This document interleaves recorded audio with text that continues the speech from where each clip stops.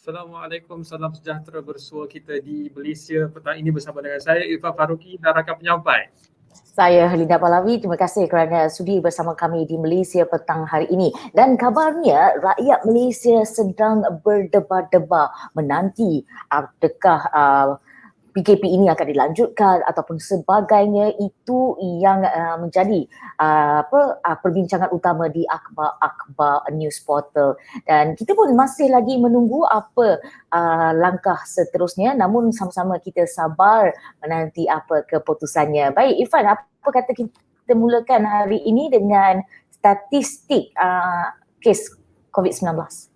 Yes, angka yang terkini yang kita dapat ialah kes baharu yang didaftarkan setakat hari ini adalah 5,841 kes baharu yang melibatkan seluruh negara dan masih lagi dahulu oleh Selangor dengan kes yang melebihi paras 2,000 kes, manakala diikuti oleh Negeri Sembilan 781 kes dan Sarawak 581 kes dan Kuala Lumpur 552 kes. Ini negeri-negeri yang mempunyai kes lebih daripada paras 500 kes. Manakala kalau kita nak lihat analisis lebih mendalam berkenaan dengan bagaimanakah senario COVID-19 di Malaysia, setakat semalam sahaja kes sembuh masih lagi melebihi daripada kes baharu yang dicatatkan, yang mana setakat semalam 6,372 kes baharu didaftarkan berbanding 5,244 kes baharu didaftarkan semalam, menjadikan jumlah kumulatif kes aktif ketika ini berada di paras 8.55% dan 83 kes kematian baharu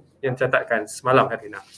Betul, dan ini satu perkara yang kita risaukan kerana bukan sahaja kes daripada kluster yang menjadi tumpuan, namun kalau kita lihat di Lembah Kelang kita mempunyai peningkatan kes sporadik, dan kalau kita lihat juga berita menyatakan bahawa varian Delta Plus yang berasal daripada India ini semakin mengganas dan dikatakan ia akan lebih mengganas bersempena dengan musim panas ini. Baik, kalau kita lihat juga ini secara ringkasnya orang kata statistik coronavirus di seluruh dunia.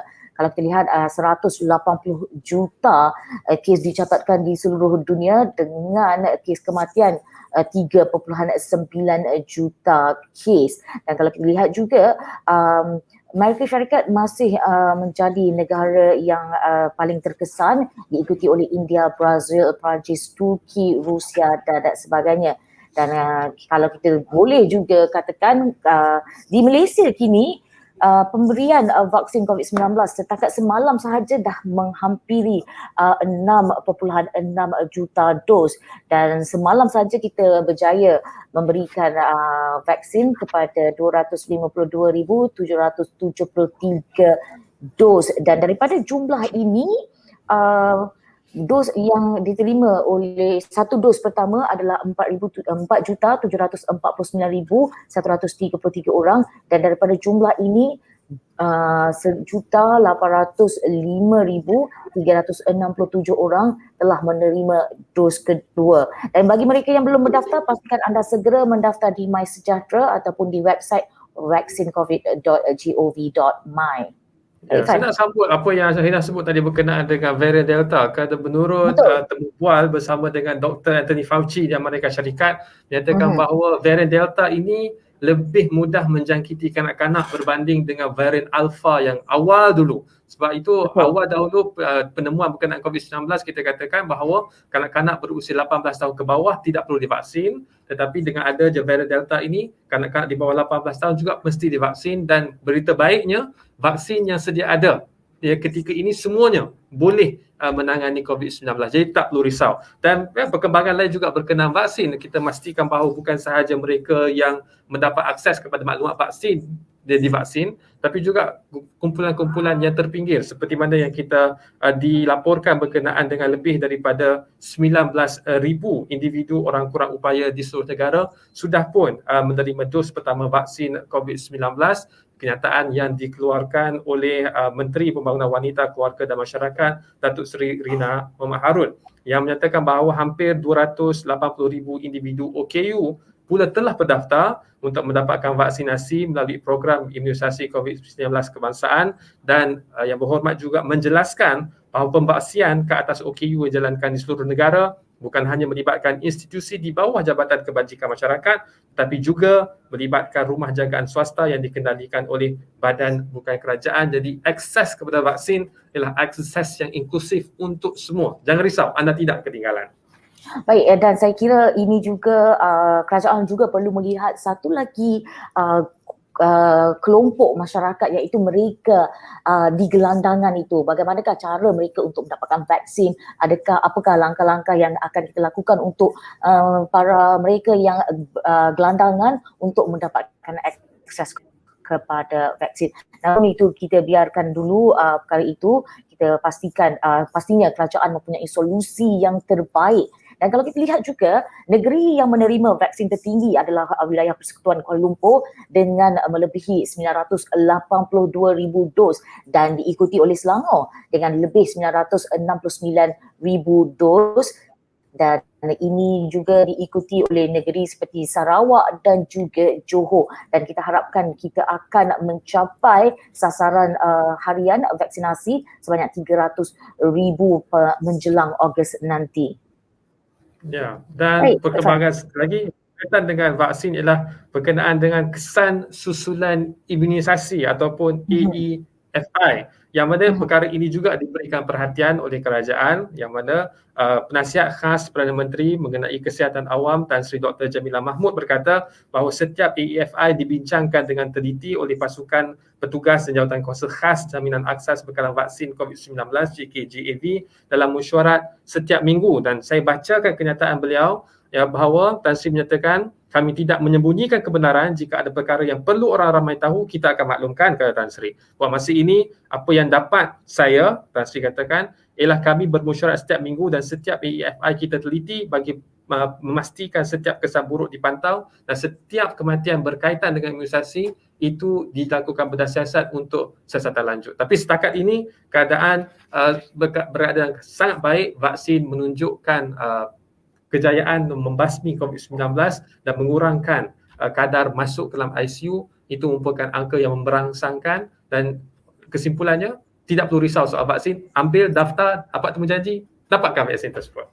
Betul, walaupun ada vaksin mRNA yang dikesan di luar negara yang mungkin memberikan kesan radang jantung kepada kaum lelaki terutamanya di bawah usia 30, namun kita perlu lihat perkara ini pada skop yang lebih besar, kerana vaksin ini memberi lebih kebaikan daripada risiko-risiko. Dan jangan risau, kita belum ada lagi kes-kes berkaitan vaksin di Malaysia. Dan sehubungan dengan itu juga, penasihat khas kepada Perdana Menteri mengenai kesihatan awam, iaitu Tan Sri Dr. Jamilah Mahmud, juga menyatakan bahawa kemungkinan besar COVID-19 ini daripada pandemik akan menjadi endemik. Justru pendekatan berbeza kita perlukan untuk menanganinya. Dan katanya juga seperti denggi, kita terus mengambil langkah pencegahan dari segi kebersihan diri.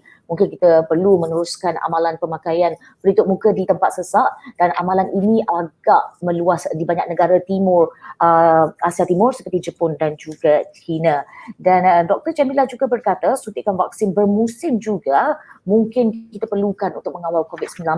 Apatah lagi kalau kita lihat banyak varian baru yang muncul, dan itu juga itu sedikit sebanyak apa yang dikatakan oleh Dr. Jamilah. Dan dia memang beliau menyokong program imunisasi COVID-19 kebangsaan kerana ini amat penting untuk menggerakkan meningkatkan pencapaian imuniti kelompok kita dengan lebih cepat lagi. Ya, seterusnya kita lihat pula kepada bagaimanakah trend R0 dari seluruh negara, yang mana angka terkini R0 negara mencatatkan 0.97, manakala dua negeri lain melebihi purata kebangsaan. Ini menunjukkan ada sedikit trend meningkat, naik ke paras 0.97 berbanding Rabu 0.96, dan dua negeri yang mencatatkan lebih daripada purata kebangsaan adalah Negeri Sembilan yang mencatatkan R0 1.05 dan Sarawak 1.0, manakala negeri-negeri lain mencatatkan kadar yang sama atau lebih rendah daripada purata kebangsaan, termasuklah Kuala Lumpur, Selangor, Kedah, Johor, Melaka, Perak, Sabah dan Labuan, manakala Pulau Pinang, Pahang, Kelantan dan Putrajaya mencatatkan bawah 0.9. Ini juga merupakan angka yang kita harapkan dapat terus dikekalkan untuk hari-hari mendatang supaya Arnold dan kadar keberjangkitan itu hampir kepada kosong.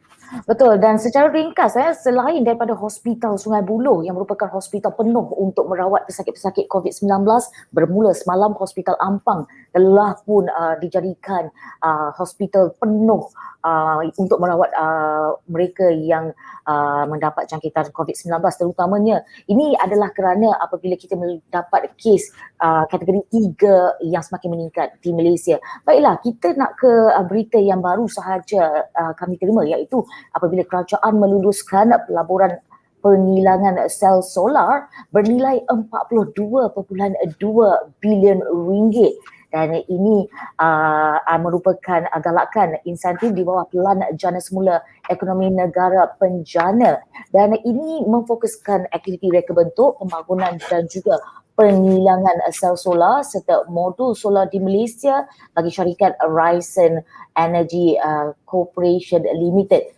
Dan ini pastinya satu berita yang menggembirakan kita kerana bukan sahaja membantu rakyat Malaysia mendapatkan pekerjaan, tetapi ia juga adalah satu langkah orang kata pelestarian tenaga di Malaysia.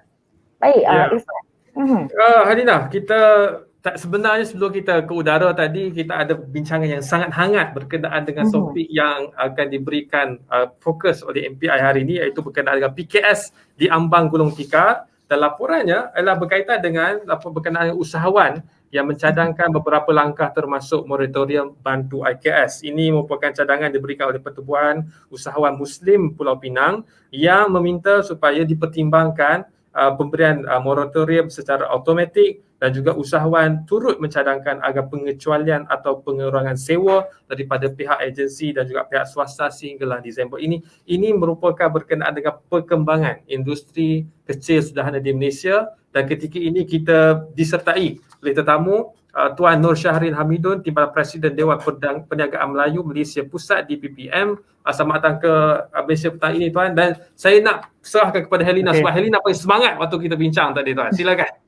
Ya, betul. Baik, Tuan, kalau kita lihat tadi cadangan daripada Pertubuhan Usahawan Muslim Pulau Pinang, usahawan yang mencadangkan beberapa cadangan itu, dan bagi pendapat Encik sendiri, apa cadangan yang akan perlu diberikan kepada kerajaan bagi membantu golongan PKS ini untuk terus tidak gulung tikar di Malaysia? Baik, sebelum itu saya ingin mengucapkan terima kasih kepada Bernama kerana memberi peluang kepada Dewan Perniagaan Melayu Malaysia memberikan kita punya pandangan berkenaan dengan keadaan ekonomi di Malaysia ketika ini. Jadi sebenarnya sekarang ni kita usahawan-usahawan di Malaysia ini merasa sangat gelisah lah, kerana kita the moment government announce total lockdown PKP, jadi sebenarnya sepanjang sebulan ini ramai usahawan majoriti yang terpaksa bekerja dari rumah ini ataupun tidak boleh berniaga ini, sebenarnya collection kita almost zero. So boleh imagine lah, bila collection almost zero, 30 bulan 6 ujung bulan ni kita nak bayar kita punya komitmen macam mana?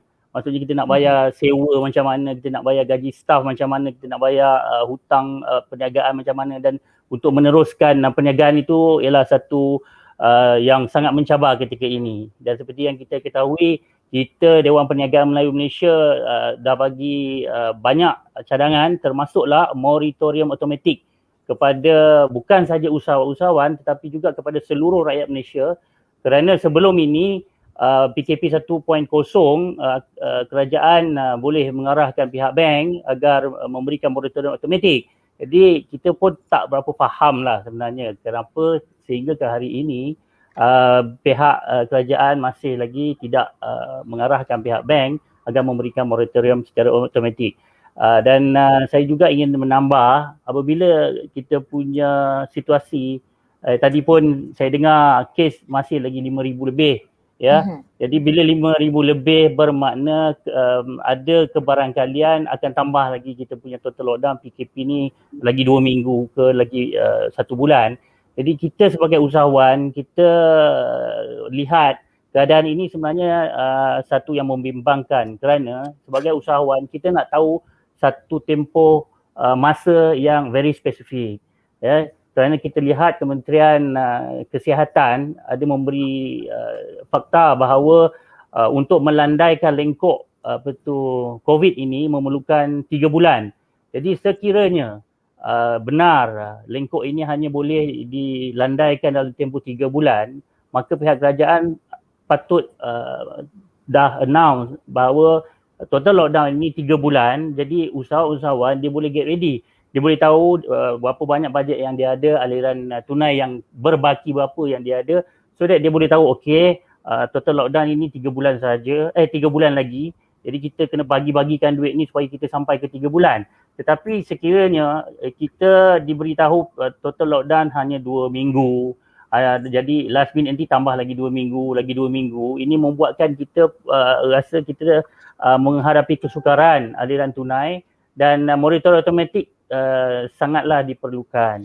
Baru-baru Tuan ini Syahrin, Menteri Kewangan saya nak masuk berkenaan dengan itu satu pandangan, tetapi dalam satu hal yang lain, bila kita lihat kepada angka-angka yang terbitkan, contohnya angka berkenaan dengan industri runcit yang mengatakan bahawa ada peningkatan dari sudut amount pelaburan, amount perbelanjaan dalam sektor borong dan runcit meningkat. Maknanya ada perniagaan di situ, tapi dalam masa yang sama kita juga tahu berkenaan dengan angka yang terbitkan oleh Kementerian Pembangunan Usahawan dan Koperasi mengatakan bahawa lebih daripada 90% perniagaan IKS mungkin gulung tikar. Persoalannya nampak macam ada mismatch. Kenapa ada perniagaan yang akan ditutup sedangkan industri nampak berkembang, orang banyak berbelanja, orang banyak membeli. Bukankah patutnya ada collection, sepatutnya bukan collection zero seperti mana yang disebut oleh Tuan Syahrin tadi?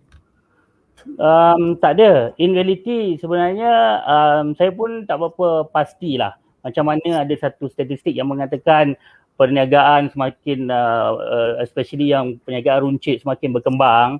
Kita Dewan Perniagaan kita rasa fakta itu tak betul.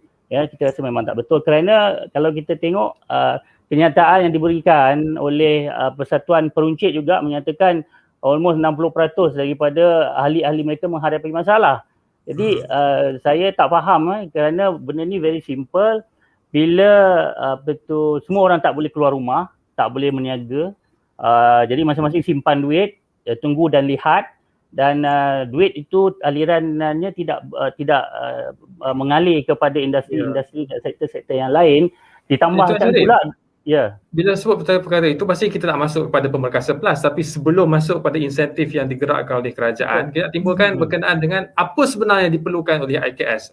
Soal aliran kewangan, soal pembayaran gaji, soal pembayaran balik pinjaman, apa lagi isu-isu yang IKS hadapi sehingga menyebabkan mereka terpaksa gulung tikar kalau nak survive? Okey, dia macam ni, untuk usahawan kita tak lari daripada 3, iaitu nombor 1 kita nak bayar kos bahan mentah. Nombor 2 kita nak bayar gaji. Nombor 3 kita nak bayar sewa. So setiap hujung bulan tak kira lah macam mana pun kita memang terpaksa membayar kos-kos yang saya sebutkan tadi. Jadi apabila kerajaan announce total lockdown. Bila total lockdown bermaksud banyak industri-industri yang tidak boleh langsung bergerak dan semua orang duduk di rumah. Ini fakta. Walaupun kita dapat tahu ada dalam 120,000 syarikat-syarikat yang dibenarkan untuk essential services dibenarkan untuk beroperasi, tetapi majoriti rakyat Malaysia, majoriti usahawan-usahawan duduk di rumah, tak boleh keluar pun. Jadi kita tak ada bisnes bila tak keluar, tetapi ujung bulan kita kena bayar gaji. That's why kita cakap moratorium automatik ni diperlukan, kerana apabila moratorium automatik, pihak majikan kita boleh negotiate dengan kita punya pekerja, kerana pekerja tidak perlu bayar loan kereta, loan rumah buat sementara kerana dia automatik dapat moratorium. Jadi pihak majikan bolehlah menggunakan duit itu untuk memanjangkan tempoh hidup syarikat-syarikat mereka. Bila kerajaan tidak memberikan moratorium secara automatik, membuatkan keadaan menjadi sangat tegang, kerana apabila M40 dikatakan boleh juga memohon moratorium ataupun PKS dibenarkan juga untuk apply moratorium, pihak bank memerlukan bank statement yang menunjukkan penurunan pendapatan. Kalau bulan 6, bank statement bulan 6 akan hanya dapat bulan 7. Jadi bila bulan 7 baru dapat, proses kita nak apply pada bank untuk moratorium mungkin bulan 8. Tetapi in reality kita perlu makan bulan 6, kita perlu makan bulan 7. Walaupun dibenarkan untuk apply, tetapi disebabkan birokrasi ini membuatkan rakyat di bawah ini sangat stres. Okey, Cik Syarin, kita nak tanya juga kerajaan hari ini begitu prihatin dan melancarkan banyak jenis bantuan keuangan untuk diberikan kepada PKS dan sebagainya. Adakah bantuan ini tidak memberi kelegaan kepada PKS ataupun mungkin juga boleh beri komen tentang subsidi upah yang diterima? Ya, kita pun Dewan Perniagaan Melayu Malaysia, kita ingin mengucapkan berbanyak terima kasih lah pada pihak kerajaan kerana sangat prihatin. Ya, kita pun telah menerima banyak pelan-pelan betul untuk memulihkan ekonomi dari pihak kerajaan. Namun begitu, kita ingin memberitahu bahawa masih banyak lagi bantuan yang diperlukan diberikan kepada usahawan-usahawan maupun rakyat di luar sana. Kerana makna kata kalau diberikan RM500 bantuan, kita ingin tahu RM500 untuk household ni untuk berapa lama. Adakah untuk 1 bulan, adakah untuk 2 bulan, adakah untuk 1 tahun. Kalau keadaan ekonomi yang sama seperti dahulu juga, RM500 pun memang tak cukup, satu. Nombor 2, berkenaan dengan B40, M40, perlu diingatkan jika 4,500 dikatakan ke bawah ataupun 4,000 ke bawah ialah B40, tetapi di bandar 4,500 dah jadi B40 dah, miskin bandar dah, maaf cakap. Jadi sekarang ni kerajaan perlu memikirkan satu instrumen untuk membantu semua masyarakat, rakyat dan usahawan, dan bantuan ini mestilah mencukupi. Bantuan ini mestilah mencukupi untuk satu-satu keluarga itu untuk survive dan hidup. Kalau kita ada RM500 atau RM1,000 bantuan untuk household satu keluarga, kita lihat sekarang ni banyak kes-kes yang orang dah murung di luar sana, orang yang dah bunuh diri, orang yang rasanya pengangguran pun dah meningkat. Kalau 960,000 PKS yang kita ada dalam rekod, satu PKS buang satu orang pekerja. Ini sudah 960,000 orang yang tidak bekerja, dan dia balik, dia ada lagi kali dengan 5 tanggungan dia, maksudnya 5 juta rakyat Malaysia yang terjejas hasil daripada pandemik yang sedang berlaku. Ya, Tuan Syarin, kalau begitu apakah yang short term yang perlu dilaksanakan segera? Moratorium automatik, tapi bagaimana pelaksanaannya, dan juga apakah lagi bantuan tambahan yang perlu dimasukkan dalam Pemberkasa plus sekiranya diumumkan bantuan tambahan nanti? Ya, nombor 1, moratorium automatik. Siapa yang rasa dia boleh bayar, dan dialah yang kena bagi tahu pada bank, tak apa, saya nak bayar macam biasa. Tetapi birokrasi dah hilang. So hujung bulan ni masing-masing boleh bernafas, tak bayar-bayar loan bank, loan kereta, loan rumah apa semua. Okey, 1. Nombor 2, upah, subsidi upah. Subsidi upah ni adalah antara yang paling efisien lah. Pasal SOKSO boleh monitor siapa yang contribute sebelum ni, mana list pekerja-pekerja dia, dan dari situ SOKSO akan bagi bantuan, dan majikan boleh top up buat mana-mana kekurangan terus kepada pekerja-pekerjanya lah. Jadi sebenarnya kita memerlukan revolving fund. Ya, maksudnya yang syarikat-syarikat kecil ataupun usahawan-usahawan ni, dia kadang-kadang perlu RM5,000 je untuk jump start dia punya bisnes. Dia tak perlu sampai RM75,000 atau RM50,000 loan. Ya, jadi kalau boleh difikirkan satu revolving fund yang mana untuk usahawan-usahawan di tepi-tepi jalan macam ni, yang jual goreng pisang lah, makcik Kia lah, apa semua ni, yang mana mereka hanya memerlukan duit untuk jump start balik dia punya bisnes. Jadi kita rasa kerajaan perlu memberikan lebih banyak bantuan, dan salah satunya kepada agensi-agensi lah seperti MARA, ya, dan agensi tekun dan sebagainya, kerana of course lah kita faham kalau bantuan itu diberikan melalui pihak bank pun dia ada dia punya akta Gafia Act, non-performing loans dia, dan berbagai-bagai lagi. Jadi membuatkan proses untuk dana-dana itu jadi lambat. Kadang-kadang prosesnya kelulusan daripada pihak bank mungkin dalam tempoh sebulan, tapi kita banyak dapat aduan 5 bulan kemudian baru disbursement tu. Maksudnya syarikat dah mati dulu. Kerana proses-proses tu walaupun dah diluluskan 1 bulan dalam tempoh sebulan, tetapi proses itu, disbursement duit itu syarikat dah tutup gulung tikar dulu dah. Jadi kita harap ini antara bantuan yang akan diberikan oleh pihak kerajaan lah.